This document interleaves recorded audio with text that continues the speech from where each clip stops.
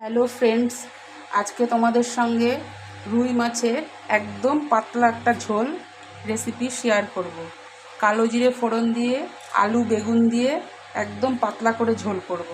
রোজই তো রিচ খাওয়া হচ্ছে, পেঁয়াজ দিয়ে খাওয়া হচ্ছে, আজকে একদম পাতলা করব। দেখো কড়াই বসিয়ে দিয়েছি, কড়াইটা গরম হয়ে গেছে।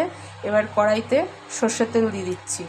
সর্ষের তেল দিয়ে তেলটা গরম হয়ে গেলে তারপরে মাছগুলো ভেজে নেব। তেলটা একটু গরম হয়ে যাক। তেলটা ভালো করে গরম না হলে কড়াইতে মাছ দিলে মাছ লেগে যায়। এই জন্য তেলটা ভালো করে গরম হয়ে যাক, তারপরে মাছগুলো এক এক করে সব ভেজে নেব। দেখো মাছ দিয়ে দিয়েছি কড়াইতে। এবার মাছগুলো ভাজা হলে, এক পিঠ ভাজা হলে উল্টে দেবো আরেক পিঠ। দেখো বেশি ভাজবো না, বেশি কড়া করে ভাজলে যে মাছ স্বাদ লাগে না খেতে। এক পিঠ ভাজা হয়ে গেছে, আরেক পিঠ উল্টে দিচ্ছি। আরেক পিঠ ভাজা হোক। দেখো ওই দুটো মাছ ভাজা হয়ে গেছে। এবার আরও দুটো মাছ দিয়ে দিয়েছি কড়াইতে ভাজার জন্য। এক পিঠ ভাজা হলে আবার উল্টে দেবো আরেক পিঠ। ওই পিঠটা ভাজা হয়ে এসছে,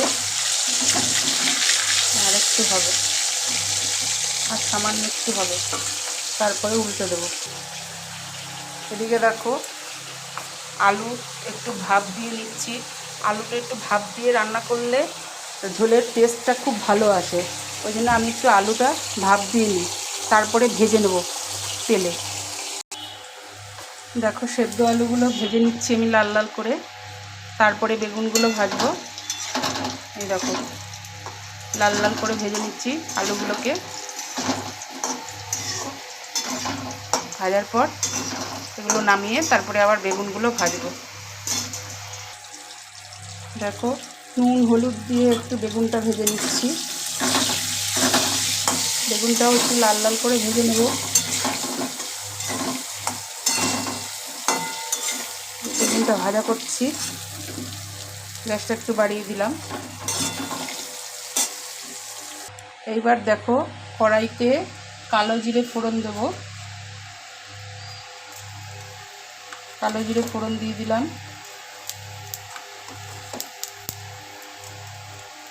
কালো জিরে ফোড়ন দিয়ে এবার আলুগুলো দিয়ে দেবো। এই যে আলুগুলো দিয়ে দিলাম।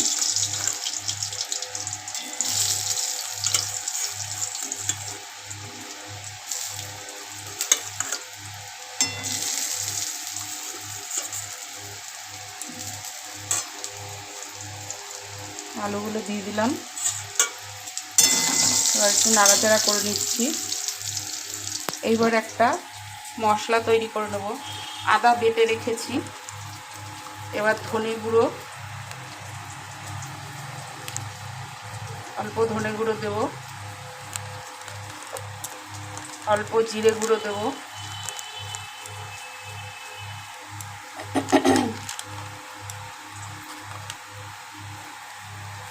একটু হলুদ দেব, নুন দেব,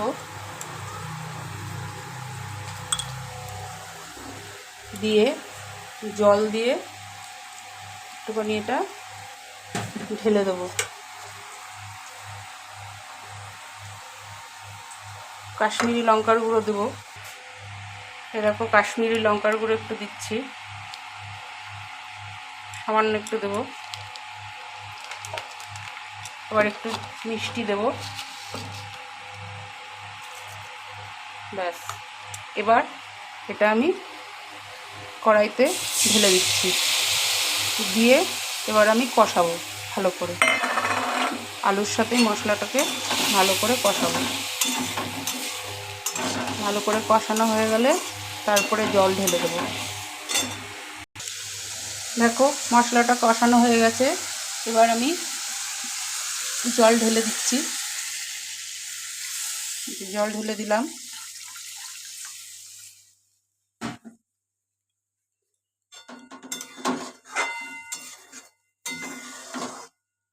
এবার বেগুনগুলোও ঢেলে দেবো। একটু ফুটে উঠলে তারপরে বেগুনগুলো আমি আলগা করে তুলে রাখবো।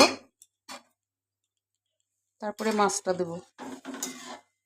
বেগুনগুলো দিয়ে দিলাম, এবার ঢাকা দিয়ে দিচ্ছি। ফুটে উঠলে তারপরে মাছটা দেবো বেগুনগুলো নামিয়ে। দেখো বেগুনগুলো তুলে রেখেছি, তারপরে এবার মাছগুলো দিয়ে দিচ্ছি কড়াইতে। মাছগুলো দিয়ে দিলাম, এবার ভালো করে ফুটুক, তারপরে অফ করে দেবো। একটু পাতলা ঝোল ঝোল মতনই রাখবো। আমার আলুগুলোও সেদ্ধ হয়ে এসছে। এবার ফুটতে থাকুক, তারপরে গ্যাসটা অফ করে দেবো। এবার গ্যাসটা অফ করে দেবো, ঝোলটা ফুটে গেছে। অফ করে দিলাম গ্যাসটা। দেখতে থাকো, সঙ্গে থাকো।